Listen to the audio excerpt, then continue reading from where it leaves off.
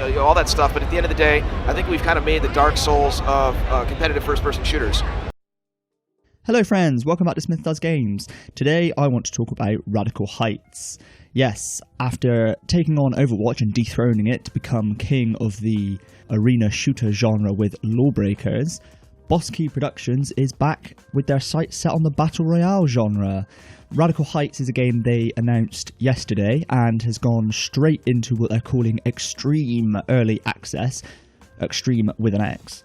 Ready, today, and is available to download and play on PC. So, what is Radical Heights? Well, it's a Battle Royale game set in an 80s inspired future world that takes place in a game show. But as you can probably see from the trailer, it basically just looks like a Fortnite clone. Now, I don't really like to be cynical when it comes to these kind of things, but in this case, it's kind of hard not to be. For anybody that doesn't know much about Boss Key Productions, it was founded by Cliff Bleszinski, who used to work at Epic and worked on games like Unreal Tournament and Gears of War, and I think because of the pedigree of the games that he worked on, is now kind of considered a bit of a legend of the industry. So he went off and founded Boss Key Productions back in 2014, and then a few years later they came out with Lawbreakers, a game which immediately bombed and nobody had any interest in playing. Lawbreakers was basically an arena shooter in which you could, there were kind of pockets of the map that had no gravity, and you had these different heroes that had different abilities, and they had ultimates and stuff like that. Pretty standard hero shooter there, and it was all about kind of quick traversal and skill-based first-person shooting. The problem, I think, with that was that it came out at a time when Overwatch was really the biggest thing in games. And that's not to say that you can't make an arena shooter just because something else that's popular is an arena shooter, but it really felt like kind of jumping on a bandwagon. Now, that was possibly slightly unfair because I think Lawbreakers did have a little bit of its own personality to it. Whether that personality was a good one is, I suppose, another question. But I think a lot of people maybe just took one look at it and kind of wrote it off as being an Overwatch clone. And so it just didn't do very well at all. But any doubt in my mind as to whether that was just kind of a trend-chasing cash grab have now been put to rest, because they announced a statement the other day admitting the fact that Lawbreakers was basically a failure. And although they said they're not leaving that game, I think it's going to take a little bit of time to get it to where they want it to be. And they said that they've been working on something else, which they dubbed a passion project. And then just a few days later, we've got this Radical Heights trailer going straight into Extreme Early Access, Extreme with an X, today. And this, if Lawbreakers had kind of a dubious tie to the industry trends at the time and looked at maybe a little bit like a kind of a cash grab clone, then Radical Heights really kind of pushes the envelope with that. I mean, the whole Battle Royale genre is clearly just a bandwagon that everybody's going to be jumping on. Apparently Red Dead 2 is going to have a Battle Royale genre in it. I think Activision have already said that they're looking into Battle Royale. I imagine EA and Ubisoft and all of your big publishers are doing the same thing. But not to be outdone, Cliff Bleszinski and Boss Key have said, although their game's not going to be ready for a full release until sometime in 2019, they're putting it straight up onto Steam. They announced it yesterday. It's on Steam today, ready to download in what they're calling Extreme, with an X, Early Access, which really just sounds like a crappy marketing spiel way to say the game's not even close to finished, it's going to be rubbish, but we just want people to play it anyway. Now, I can kind of see where they're coming from in the sense that they missed the boat on the arena shooter thing. Everybody kind of set up camp with what they were playing, and that was basically Overwatch. And they were in production for like 3 years on Lawbreakers. They released it, nobody cared anymore. So I can see what they're thinking. Okay, we don't want to miss this trend. We don't, we want to strike while the iron's hot on the Battle Royale thing, and they want to get it up and ready to play. But it just looks like such a cynical move. The game itself does not look ready at all. I'm going to put some footage of the trailers and stuff behind this, and you can see that it just looks really, really janky, not at all ready to play. And as usual, they're just using the whole early access, extreme early access with an X, thing as kind of a bit of an excuse to just release something way too far ahead of time.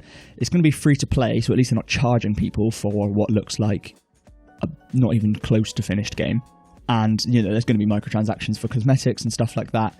But yeah. So the press release that went out has been put up on Twitter for anybody to read, and in that, they refer to Radical Heights as a 5-month passion project. Now, this to me feels a little bit like an oxymoron, because a passion project makes it seem like something that they've been working to get off the ground for a long, long time and means a lot to the whole team. The fact that it's been cobbled together in 5 months, and it looks like it's been cobbled together in 5 months, kind of feels a little bit more like a desperate attempt to jump on the Battle Royale bandwagon before everybody loses interest and soak up some of that market share. Perhaps they're thinking, maybe PUBG is going to come to PS4 eventually, but if we can get out before that, if they put this on PS4, I don't know, they haven't really said anything about platforms, but you'd assume as a free-to-play game, they're going to be looking probably multi-platform. But I just can't see any way in which this game succeeds. I think it is too close to what Fortnite's doing in terms of the kind of fun, bright aesthetic. I think it's just going to fall into yet another cash grab that is trying to jump on the industry trend, and they're just a little bit too late. It's too little too late for this to work, and if it was going to work, it would have to come out the gates as a really, really strong, good game, and it doesn't look like they've got that either. Also, they're really trying to appeal to the whole nostalgia of the 80s, that's very clear, which, yeah, I suppose it's an aesthetic, it's hardly original. I also think the whole 80s loving is another thing that's a bit too late, I think probably you're sort of 8 to 10 years too late on that. I think the 2000s was the 80s thing. I think everybody is kind of nostalgic for the 90s now. I don't know, maybe they're trying to tie in with Ready Player One, I'm not sure. But it just reeks of a studio that's out of touch with what people want. They're too slow, they're one step behind. And the other thing that seems pretty iffy is this cash system in the game. So you can see it a little bit in the trailer. You earn cash in the game for getting kills and for breaking items and for all sorts of things. And you can then use that cash either to buy in the prize shop or something, they're calling it, where you can get cosmetic items and stuff. Now, this is an idea I actually like, and I wish Fortnite would implement something like this where you can get the V-Bucks some way through maybe winning games, top 10s, whatever it is.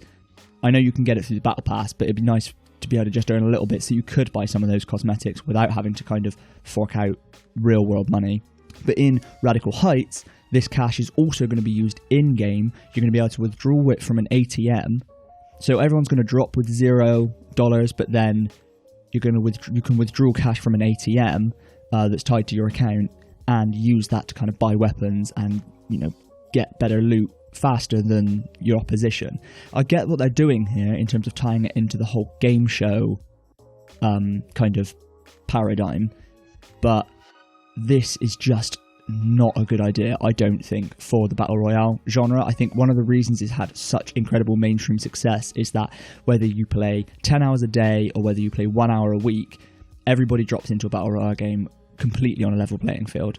And that's a huge appeal for a lot of people. It appeals to both the hardcore players who want to learn the game and get better at it, for your streamers, because it's completely skill-based, so the time you put in means that, well, I say completely skill-based, obviously there's an RNG element in terms of what loot you get, but mostly it's a skill-based game because everybody drops with the same chances of getting the items or whatever, and your more casual player can drop in and they don't feel like they're just going to be completely shat on by those people that have been putting in 10 hours a day every day. You can hop on for an hour on the weekend when you get some time and you can enjoy the game. This is going to completely ruin that with Radical Heights, because people that have been playing a lot and doing, they're just going to have more money. They're going to drop. As soon as they drop, they're going to go to an ATM. They're going to get some great gun, and then it's just going to propel them. And then it's going to be a snowball effect where they're going to be having the better items, and they're going to be winning more games. They're going to be getting more money, and it's just hugely good. It's going to be hugely off-putting to the player base. So I think already you are ostracizing people. I think the whole 80s aesthetic, I can understand what they're doing there. Again, it looks a little bit tired. It looks a little bit unoriginal, like pretty much everything that Bosky is doing with this game, to be honest. And you're also, again, ostracizing a huge number of players. Fortnite, for example, is, one of the biggest games in the world right now, and I think a big part of that is that it appeals so much to your younger generation. You've got, kids in their teens, maybe even younger, 12, playing this game all of the time. It's free, so there's not barrier to entry with cost, and it's universally accessible to a lot of people. Now, as soon as you start putting an 80s aesthetic in there, yes, you're preying on people's nostalgia, but you're only preying on the nostalgia of people that are 30 plus. And so, again, why is some 15-year-old kid going to care about, a Back to the Future reference? I'm sure a lot of them will, because maybe, when I was 15, I definitely would have cared about a Back to the Future reference, but not everybody's going to go back and watch old 80s films. So, again, it's just missing the point, I think. And most egregiously is this money idea. I think it's actually antithetical to the design of a Battle Royale game, but just this whole thing feels like it has been rushed out as a way to chase industry trends, and it really is not a good look for Bosky. I cannot see this working out for them. I don't know, maybe I'm wrong. In a way, I hope I'm wrong, because having another good Battle Royale game, kind of everybody wins there. Unfortunately, I don't have a Windows PC that I'm going to be able to play this on. So if you do, it's free. Go ahead and download it. I mean, I would be playing it if I could, purely out of morbid curiosity. But my expectations are not good. So if you've got a PC, go and play it. Let me know what you think of it. Come back, comment on this video, let me know if it's better than I think, if it's kind of everything that I think it's going to be. And I mean, even if you don't have a PC, let me know what you think. What do you think of the trailer? Do you agree with me that this kind of seems like a bit of a cynical cash grab? And if you're a console player, do you want this to come to console, or are you kind of satisfied with, PUBG and Fortnite for your Battle Royale games? I can assure you that they are not going to be the only Battle Royale games going forward. I mean, we've already got a few other things coming in. I think the Paladins are launching their own Battle Royale game, or maybe it's already launched. Again, I don't know. And the Darwin Project, stuff like that's all coming out, although I think that does actually look quite interesting. And again, like I say, a lot of the big publishers seem to be just itching to mine just get into what they consider to be this gold mine. So before long, we are going to be spoilt for choice. I mean, that is almost a certainty. But let me know, do you want this to come to console if you don't have a PC? Or are you just happy to let this one go the way of lawbreakers and die before it even lives? Let me know in the comments. I'll be reading them, responding to them. And thanks for watching.